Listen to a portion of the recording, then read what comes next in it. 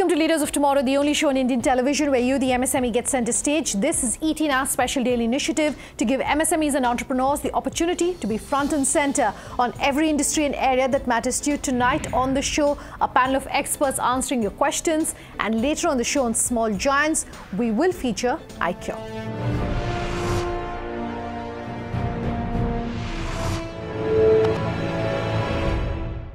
Tonight in studio, we have Prabhakhar Dalal. He's a former ED of EXIM Bank, as well as Sushanto Mitra, the founder and CEO of Lead Angels Network, answering the questions that you, the MSME entrepreneur, have sent to us. Do stay tuned. At the end of the show, we'll tell you how you too can send us any questions you may have for our experts. Sushanto, Mr. Dalal, thank you both very much for being here tonight. We've got a whole bunch of questions, so let's get right into it. GST, of course, is still top of mind. So let's take in our first query. And this one is an email that's coming to us from Aditya Seksaria. Aditya has sent us this question via email. He says that if you have a GST number, your turnover is less than 20 lakhs, then such a company should be exempted from GST. He says, however, that most consultants that they've gone to are giving them to understand that it's compulsory to file returns. His question for both our experts tonight is what needs to be done in such a scenario. So while it's been a couple of months now since we've had GST, there's still clearly a lot of teething problems. For a small company of this size, what would the two of you recommend? I think if he is already registered under GST, then he has to file a return.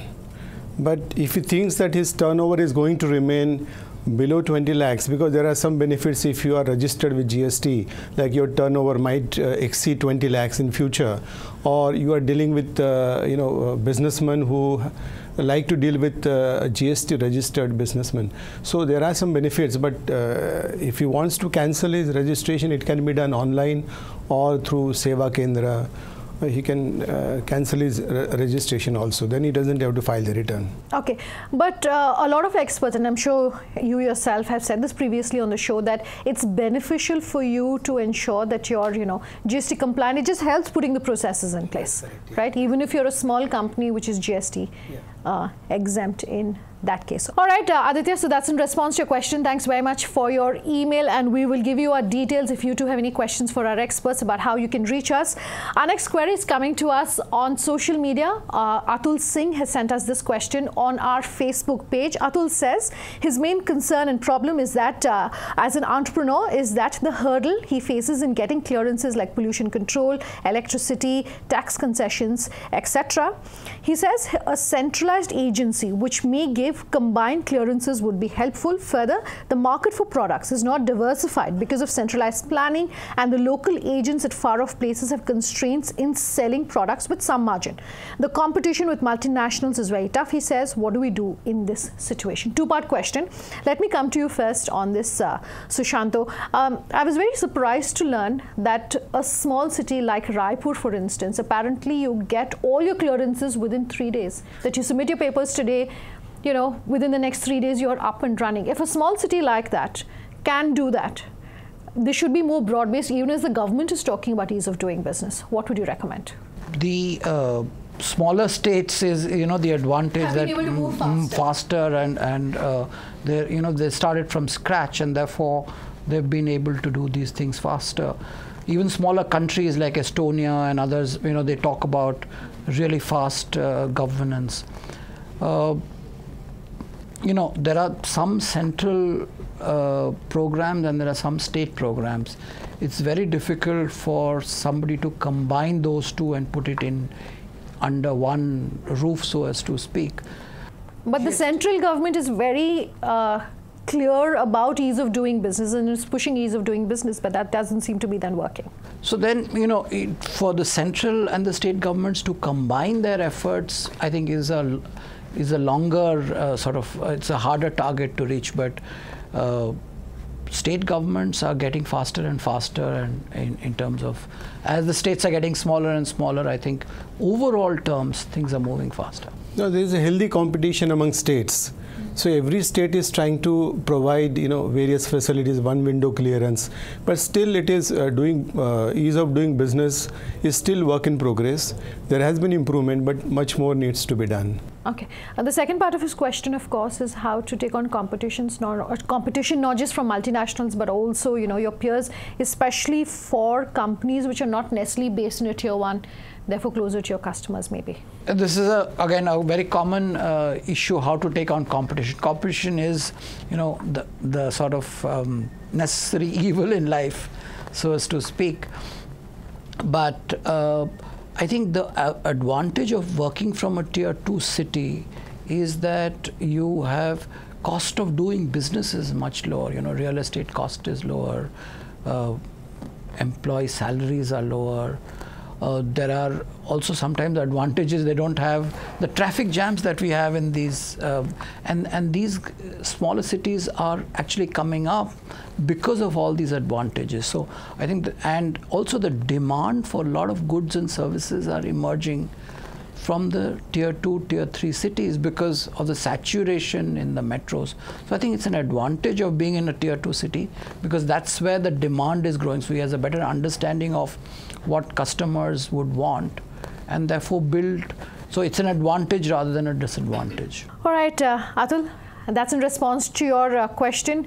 No matter what industry, no matter what city you're based in, competition is something, of course, that everyone has to face. Put in place a plan, like our experts are suggesting, to be able to take on that competition. All right, let's move on then to our next query. And this is an email that's coming to us from Arul Kumaran. Arul has written to us to say that the impacts of virtualization and cloud computing in the field of information technology and what the future prospects of it are in the IT arena, the impacts as well as the uses is what he's written to us. Let me come to you, Sushanto. And in fact, very recently, we're hearing things like Bitcoin has been around for a while, but Bitcoin for smaller companies. Someone was talking to us about blockchain for small companies. How much of this should MSMEs actually know about? I mean, are they keeping pace with all the changes that are happening?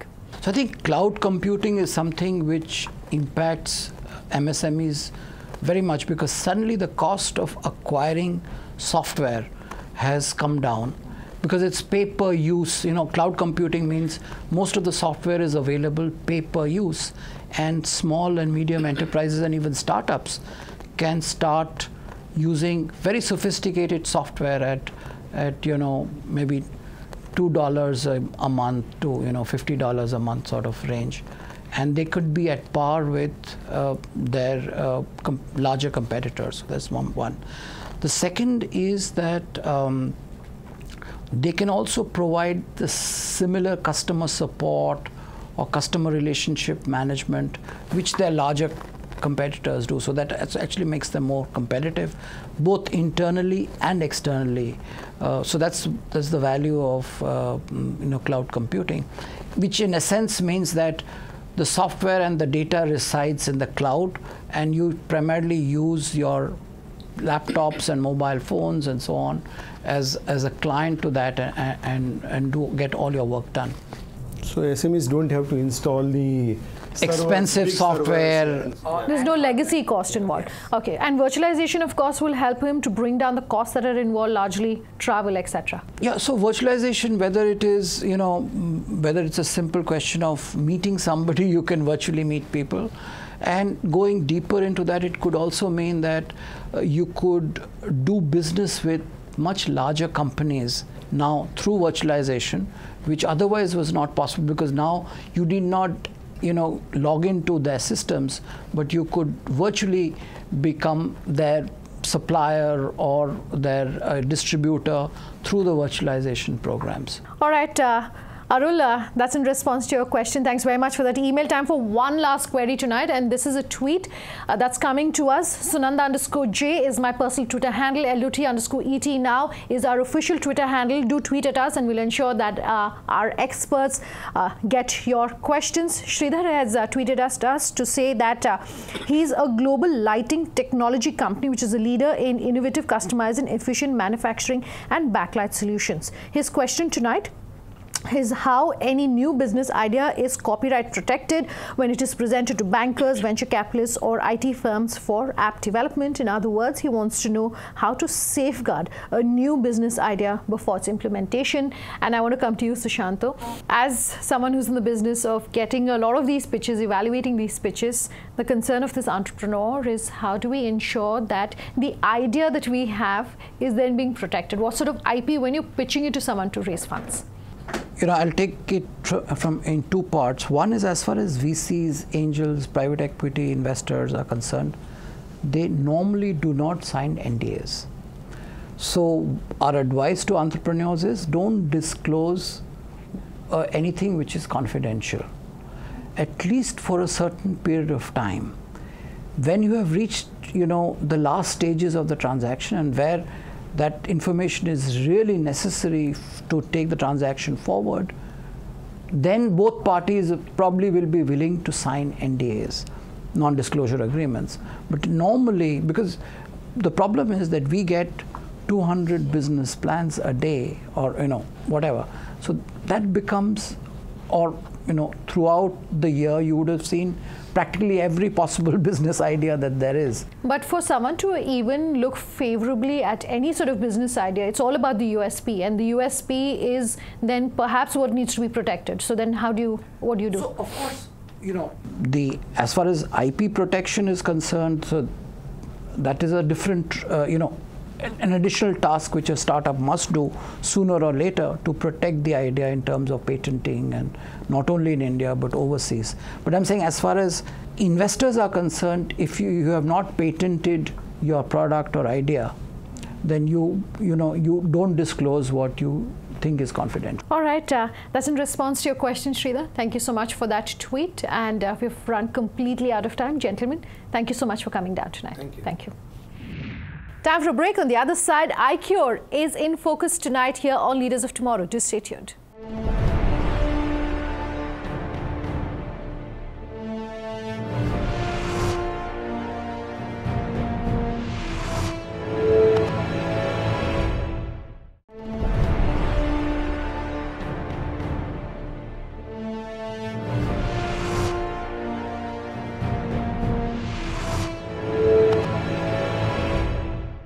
Welcome back. You're with us here on Leaders of Tomorrow, and tonight we're focusing on iKure.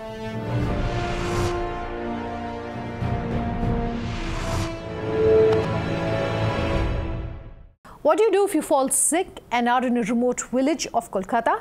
Simple. You look for a medical center by iKure using telemedicine to ensure that the rural population has access to good quality and affordable healthcare. Is iKure? Karishma Manjani has more on this story.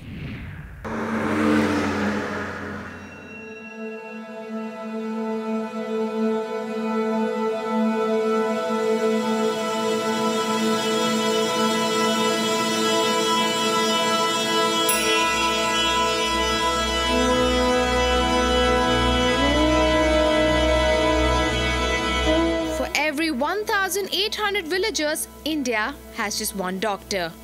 There's an ever-widening gap between the supply and demand of rural healthcare.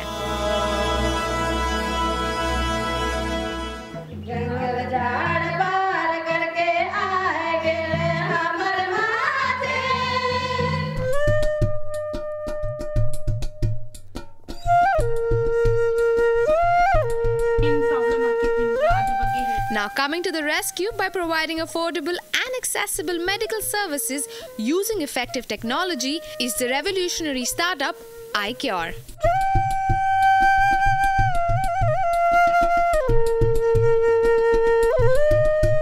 Sujaya, thanks for talking to us on Leaders of Tomorrow. So you have healthcare centers across many villages of India, and they're pretty much driven by village women that are trained by your startup. Yes. So how are you relying on them? How are you training them to be a medium between the patients and the doctors in the metro cities? So we have understood that these community health workers, they are actually the village women who are trained by us, and they are given smartphone loaded with our application and medic bags that has various innovative point of care devices such as BP instrument, ECG device, hemoglobin testing device. And what they do is when they go to the doorstep of these patients, they are able to capture all the vitals of these patients, feed this entire data on our application, and when they come within the internet zone, this whole data gets synchronized back to the cloud, and that is made available to the doctors. So with this, the doctors are able to go to the remotest parts through these health workers, even across the river where without any bridge, or through the hills in the jungles. They are able to reach to these patients' households to provide the effective care. So out here we're talking about inclusion of technology to make sure that the healthcare facilities are reaching the remotest villages of India. Yes. And you're training the workers out here, Yeah. village women out here. What's the cost of training? The cost of training is very nominal, wherein, it's the basic living, the day-to-day expenses during the training of 2 months, and then the cost is very nominal, wherein we are able to train these health workers. So what are the services that are offered by these healthcare centers? We work on this hub and spoke model. So in these hubs, we have, it's a physical space of 600 to 800 or 1,000 square feet of space, where we have physical doctors, pathology services, telemedicine services, eye services, and then we have the mobile medical team which goes deeper into the pockets, let's say on the designated place in a designated day and time, let's say Mondays morning 9 a.m. to 12 noon, Wednesdays morning 9 a.m. to 12 noon. At the spokes, these villages who are coming from the surrounding 4 to 5 villages, they are able to get physical doctor consultations, medicines, various tests being done, eye checkup, computerized eye checkup, and in case they need additional services, they can come to the hub, which is at a maximum distance of 20 to 25 kilometers to do the pathology test and other services. So these community members, they are able to get all the basic services closer to the communities, and if they need advanced services, they can come to the hub. So Sujay, the cadre of trained workers out here are equipped with a proprietary software called VIMS. Yes. Now talk to us about this software. What does the software really do and what are its features? Well, we started iKure in 2010. In the beginning of first 2.5 years, 3 years, we were a pure technology company wherein we developed our own proprietary software called VIMS with a whole idea of linking the patients with the doctors. Mostly what we see around is, let's say in the hospitals, when a patient is walking in, all the patient registration billing happens, and when the patient walks out of the hospital, the patient loses all contact with the doctors. At iKure, we have developed these VIMS which is centered around these patients. Right from the last mile, meaning at the doorstep of the patient, even wherever it could be, across the river without any bridge, or through the hills in the jungles, if the patient is coming at the spokes, at the hubs, or even at the hospital, and again going back, we would be able to monitor that with our software. So VIMS has the features of, let's say at the doorstep, we have the community health workers who are going, they are able to capture all the vitals of the patients, they are able to capture all the prescription related data, and that is made available to the doctors. So now the doctors, let's say they have all the details, they might have gone to and seen the patient 2 weeks back, and then they say, okay, nothing to worry, change the drug, change the dosage, or bring the patient to me. So through these mechanisms, with the limited set of doctors and these community health workers, we are using this technology to bridge this gap.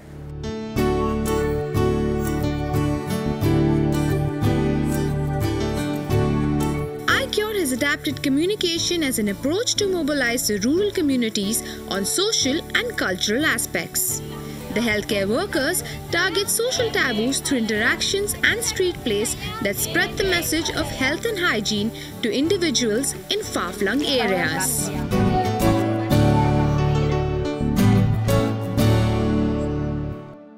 Let me run back up to the hub and spoke model that you mentioned here. iKure adopted this model 3 years back, and it is only applicable to certain geographies. Talk to our viewers on how you select which geography should work around the hub and spoke model, and talk to our viewers about the hub and spoke model. Well, we understand that India is very diverse in nature. Each of the geographies, each of the terrains has different kinds of disease profile, people, livelihood patterns and everything. So we have kept this whole model very, very flexible and fluid in nature. So we understand that we specifically target the low income states which has low infrastructural issues, for example, West Bengal, Jharkhand, Orissa, Uttar Pradesh, Karnataka, and now we are also expanding in Madhya Pradesh, Rajasthan. So these, and also northeastern part, these are our focus states where we believe that hub and spoke models is the way to go. In the other areas, we are also very open to use our technology. For example, we are also working in close coordination with various state and the central governments to provide our technology to integrate the primary healthcare facilities. So the cost of training the healthcare workers, the integration of technology, the health cards and the other systems, they are all coming at a cost. How are you offsetting these costs? What is a steady revenue stream? Well, in case of iKure, for example, in our hub and spoke model, our health cards, they cost 600 rupees per family per year, which acts like a pre-insurance card mechanism wherein we are actually telling the patients to move from a curative approach to a preventive approach. So now with these health cards, we are able to earn a revenue. On top of that, for every transaction, let's say they come for doctor checkup, they go for spectacles, they buy medicines, they go for pathology setup, there are services and they pay for these, which are around 30 to 40% cheaper than the market rates. Apart from that, we also provide and sell our technology to various corporates, NGOs and the governments. And not only in India, we are also providing technology in Southeast Asia, in East Africa, and now we are also looking at Latin American markets. And apart from that, we have also built a robust platform wherein we are working with global leaders such as MIT, University of Michigan, University of Dalberg to come up with various comprehensive next-gen solutions. And as part of that partnership models, also we earn revenues. iKure has now been recognized as one of the few startups that is profitable in the healthcare ecosystem. Talk to our entrepreneurs, give them one advice on how they can be profitable, how they can sustain if they are a social enterprise. Well, just to my budding entrepreneurs out there, you really need to focus on unit economics, meaning that on per transaction, are you able to make money or lose money? So that's the real core thing. So at iKure, we have really focused on each and every transaction and whether these transactions are able to make money for iKure. And this is, again, a marathon. Running a startup is not like just a few months or 1 to 2 years of activity. You really need to be staying in the game come what may, what kind of challenges are there, because no matter what, if you really are staying on the wicket, you definitely would be able to be successful. So what are the future plans of iKure? What is a growth chart looking like? So at iKure, what we have been able to do, we have been able to create a comprehensive primary healthcare model, and with our plan is to set up hundreds of primary healthcare facilities in India wherever there is a demand. So at iKure, we want to become the voice of public healthcare in the next coming year. Sujay, thanks for talking to us on Leaders of Tomorrow.